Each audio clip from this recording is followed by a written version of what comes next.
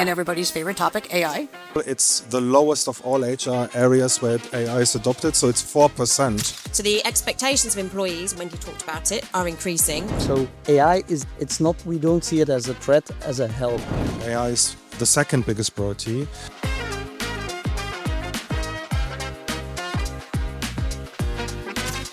So do some brief introductions, just about a little bit about myself. Catherine Honey. I am obviously not British. I'm based outside of Boston, which is almost British, kind of. So here for the week, come over pretty regularly, have a lot of friends in the room. So thank you all for joining us. A little bit about me. And so, everybody asked, okay, awesome. If you could do a little introduction yourselves, please. Hi. Oh, this is louder than I thought it would be. Great to meet most of you today. Everyone new faces, so lovely to meet you. I'm Emma Leonis-Hughes. I'm part of our executive team at Lace Partners. So I spend every day of my working life having fantastic conversations with many different organisations, HR, payroll, organisation design leads as well, and CPOs, around the challenges that they're facing. So hopefully I can bring a bit of perspective around what I'm seeing with our clients, what's working, what they're struggling with. Everyone is in a similar position on certain things, and bring a few things to life as well. Hi, my name is Sven. Elbert, my voice is a little bit damaged. I'm from Germany, as you can already tell by the accent. I'm the lead analyst for HCM at Fosway Group, heading the analyst services team. And I have the most beautiful job in the world. I get to see all the AI innovation currently that's out there, tracking that I'm a tech geek, so enjoying that a lot, helping customers make those technology choices. And thank you for the invitation and delighted to be here. Hello, my name is Peter Dignef. I work for a company called Agfa. We are based in Belgium. We're a small multinational company, active in 45 countries. And I head the HR operations department there. And I'll be, be the person who will, in fact, tell you how it really works, what you guys are all telling here. See, we're very agile here at Neeyamo. So again, thank you all for joining us. Really appreciate it. So want to spend just a few minutes very interactively talking about, again, payroll and its sort of impact on the organization and of carrying through with Wendy's theme. So if we can maybe start with the conversation around what do you really see organizations thinking about and investing in this year, 2026, and perhaps even into 2027? So Emma, would you like to start? Yeah, very, very happy to.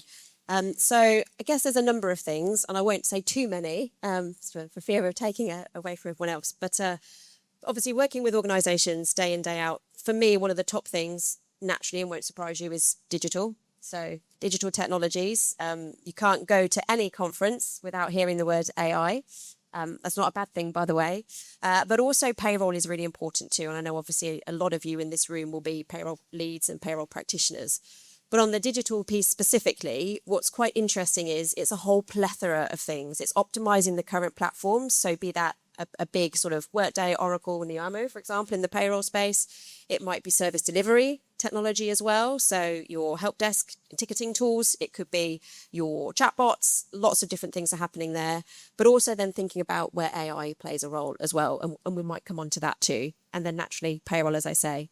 I could talk more, but I will get some perspectives before perhaps doing that. Perfect. Sven?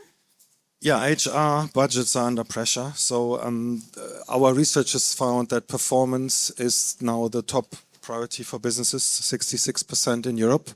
So it's performance under pressure. And with HR budgets under pressure, that means also the technology investment is under pressure. So they are basically getting things, consolidating it onto fewer platforms.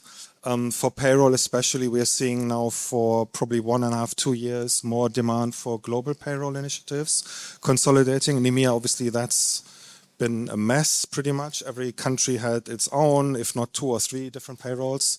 So that's obviously something that we are seeing now more investment into that particular space. Yeah, and I agree with what you say because I hear everybody talking about investments, but what I feel in my day-to-day life is cost pressure. So what we actually are doing is making more use of the systems we have in a more efficient way. And that helps the budgets. Can I maybe just Sure. add to that? So I completely agree with what you've both said. And I guess my build would be, I see, particularly with the clients that I speak to, a bit of attention. So we're being, say we, because I believe I'm part of, the organizations that I work with. Organizations are being asked to do more. So there's an increasing expectation that employee experience continues to improve. And what's quite exciting personally is that we talked about that 5-6 years ago. Kind of all the employee journeys, they get put on a shelf because then it was cost pressure, but it's coming back now. So the expectations of employees, Wendy talked about it, are increasing. We're being asked to do more, but we're not being given that investment. So there's that kind of push and pull that's really quite a hard challenge to solve. And hopefully unlocking some of that investment might come by proving the proof points. HR headcount has been under pressure as well, right? So more than half of organizations have to reduce headcount in HR. So that's obviously a big pressure. And so all this pressure comes into teams that are thinned out. Like, you now need to transform the business, future of work. AI is the second biggest priority. And I think that is obviously making it very difficult and hard for organizations. So the pressure is passed right down to the HR team. And then obviously, that's where you kind of then have to kind of find the money, the budget. In Europe, it's obviously really difficult around the legislation. With AI, it's very, very difficult. But a lot of organizations are looking for efficiency gains in that. However, many are kind of doing the step of laying people off before they actually introduce the technology. So it's almost the wrong way around. And that's probably also because some of the business cases are written around that. Instead of looking at where's growth, where's future opportunity for the business, they're trying to look at the cost perspective too early. I know from us, certainly from the provider side, what I'm seeing a lot, again, I'd be curious your perspective, particularly if you're sort of on the ground, right, is while our clients and prospects are talking about AI and certainly they're feeling the cost pressure, right, what we're seeing still on the ground is very foundational, fundamental things, right? To your point, the consolidation, right, kind of making some sense of sort of this mess that they have for whatever reason. And I don't mean that in a bad way. It's just that's kind of what they've grown up with, right? And still the very foundational piece of global reporting. It goes around to some of the pay transparency issues around, obviously, all throughout the EU. But just in general, how do I actually understand my workforce? And then to your point, reward them properly. So I'd love to hear what you're doing kind of really on the ground today as well. Yeah. Actually, what we are doing or try to do is standardize our processes across the globe. And that is a good win. It's using global technology, so one platform globally, and then standardizing the processes across the globe, because you have major inefficiencies by doing things in every country in a different way. And of course, legislations are different, but the process behind, not so much. So that's for me actually what we are currently doing and investing time. Not money as such, but investing a lot of time in making that happen. Yeah. Gotcha. Perfect. Makes total sense. So coming back around to a little bit, something you said just before, Sven, which I thought was really interesting, right? You're seeing a lot of companies laying people off with the intent of deploying AI, and sort of to your point, making the efficiencies come about, but after they've already laid people off, which to your point is kind of reverse of what we would traditionally see. So can you talk a little bit more about that and kind of what's the reality versus some of the hype of that? Yeah, there's a lot of hype, right? It's, today, it's whenever there's a presentation, it's almost like the second word is AI, right? So it has to be mentioned, every vendor mentioned it, everybody has to have a strategy. So it's still very much in its infancy in terms of what is getting adopted. In payroll, it's the lowest of all HR areas where AI is adopted, so it's 4%. So if you're not doing it in payroll at the moment, don't worry, you're not too late, right? So that's the good news. It's also because obviously that's the most difficult kind of thing. If you have, like, for example, one interesting use case is the intelligent pay slip, like employees getting answers to their pay questions, right? Which obviously takes a lot of time. If you have them on the phone, get emails. Could AI not provide the answers? Yes, in 80% of the cases, 90% of the cases, it can probably give a good answer, but not in 100% of the cases. There are edge cases, so it's so difficult to give compliant answers. And I think that's what is obviously stopping it. So vendors are looking into other areas where they start to implement it in payroll specifically.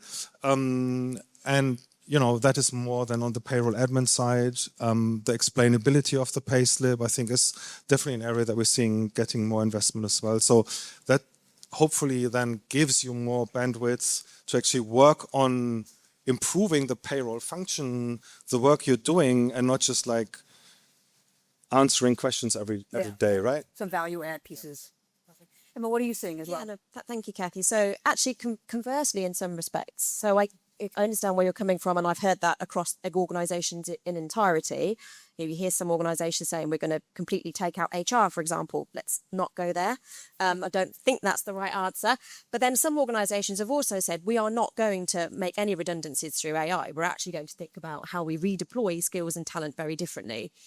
I was with our shared service individuals this morning. So at LACE, we have various client networks. I chair our shared service network and I chair our CPO network. And we were talking about what some of those organizations were doing with AI, not just where they're putting it in. And we've heard similar things, Sven, to what you've been saying. It was actually more the challenges they're facing with, it's brilliant that we can be more productive, but what do we do with that extra time? So we know that we want to do more things, we want to do them differently, but what new roles do we need? What new skills do we need? How do I cross-skill my team members to do things differently? That's not just within the shared service function, that's across the whole of HR. So it's exciting, but I don't necessarily think yet we've tackled the workforce transformation question in the right way, which is difficult to do when you've also maybe got the cost pressure challenge at the same time. A number of the clients that I work with have big strategy houses come in and they do a top-down exercise based on benchmarks. We can debate that over dinner, whether that's the right thing to do or not. Then you're left with, well, how do I implement what this is at the same time as I'm not being given the budgets to invest in talent. So it's quite interesting about the whole workforce transformation piece with AI as a tool and an enabler, but thinking about tasks, skills, how we flow work through as well, and then what do we do with that extra capacity is a very interesting and exciting challenge to be faced with. But I think to your point, though, right, and this goes back to our first conversation, while we're thinking about all these kind of big items and strategic items, which we should be, at the end of the day, we still have very fundamental on-the-ground items like pay transparency, as also we're just talking about. So, Peter, would love your perspective on this. What are you guys doing to address that? How are you solving for that problem? It's pay transparency is really in Europe a big item, so it's very high on the agenda, it's a funny thing because of course the pay transparency is there to let's say gender equality and all of this, but suddenly with the pay transparency we have to build this structure and really look at the organization. It starts with having that transparency. In fact, it's creating transparency for ourselves, which we did not quite have in the past. We had some, of course, yes, we have these job codes and all the structure, job families, different levels, and so on. But now really at the country level to really start comparing that, we did not have, and we see, in fact, we see problems all over the place. Not because we were discriminating, but sometimes a male is better paid, or the woman is better paid, and it's a big challenge to solve this. So we're not there yet, and another big problem at this moment is the legislation is not ready. So that's also for me something like, what do we have to comply on? Having said that, I agree what Wendy said earlier, is that we should be more transparent, not because of the legislation, but because people are asking that. Yeah. That's also a thing. Yeah. But still a lot of work to do for us, to be honest. The German government has just found a reason, or is finding reasons, to not implement the pay transparency directive as of the date that they should have done it. So my wife is a teacher, public servant, so the salary there is transparent. Germany as a culture is, salary is not talked about at all, right? There's big intransparencies, and the very cynical part of me, and the ladies, please forgive me, the German ladies are all low performers. Why? Because if the Pay Transparency Act were put into effect, The only reason why you could argue the differences is that you would have to say the ladies are all performing very lowly. Otherwise, you couldn't justify the big gaps that that has. So I think, I mean, I see nobody laughing, but okay, maybe that backfired a little bit. But I think so. It's that my wife and I were in a cynical mood. We are joking about this, right? So it's so unjust in the country that where I'm from, and I think this is now under the pretense, oh, it's too much administrative burden, too much bureaucracy. They are pushing it back. So it's a scandal. But that is just a side comment. Maybe me as a private person, not as an analyst here. So No, it's interesting. anyway, It's great. so be careful if you come to Germany and check the fine print there. If you're female. Perfect. No, thank you for that. It's a different perspective, right? Because the EU is large, right? And very complex and difficult and diverse, I think is the point, right? So let's come back to payroll for a little bit and everybody's favorite topic, AI, because why not? So as organizations continue to invest in AI, we were actually just talking about this a little bit before. There's sort of one side of the spectrum is, to your point, let's go all in on AI, reduce our headcount right away because AI is going to do everything. A term that we now call sort of headless payroll. Right? So nobody does anything. And then the other extreme of sort of not adopting it at all. So we'll kind of give everybody a turn around this. What's your sense of kind of sort of the right way to fall on this? And what are you seeing either your clients, your customers, and yourselves doing around that? So we'll start with you, Emma, on that. Oh, thank you, Kathy. So interestingly, the statistics that you shared, Sven, mirror what we've done some recent research too, and it mirrors exactly the same thing about payroll being probably the most risk-averse area actually to adopt AI. And I think that's quite right. You know, it's that area where, as Wendy said, you've just got to get it right. And until the technology makes not judgment calls, because it should never make the decision, but until the technology is really robust enough that you can go, yep, I have complete confidence that all of that data, obviously got to get the data right in the first place, but that data that it's telling me, that the trends it's given me is good, we're probably going to refer back to people to do that. That's not to say that it won't happen in the future. So when we talk to organizations, I can think of a client I'm working with right now, they are optimizing their current HCM platform. There are 100,000 employees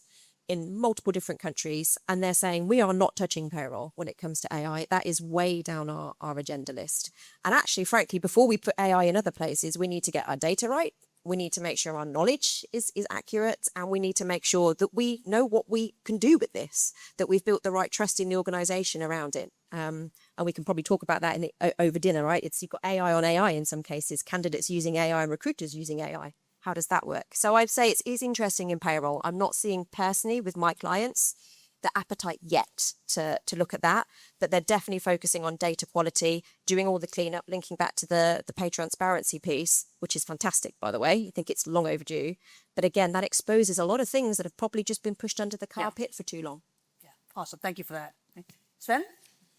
Yeah, I think an opportunity is in the intelligent payslip. I think that is, from a business case perspective, one that, lends itself to be one of the first to look at. Many organizations have started with getting all the policy documents together around, the wider HR policy landscape, and then bringing that into a chatbot so that it can answer questions that employees, managers have. And I think that is working reasonably well, because it doesn't necessarily prescribe the answer, but points people to the documents. I think that's, a doable approach, which many organizations are finding a good success with.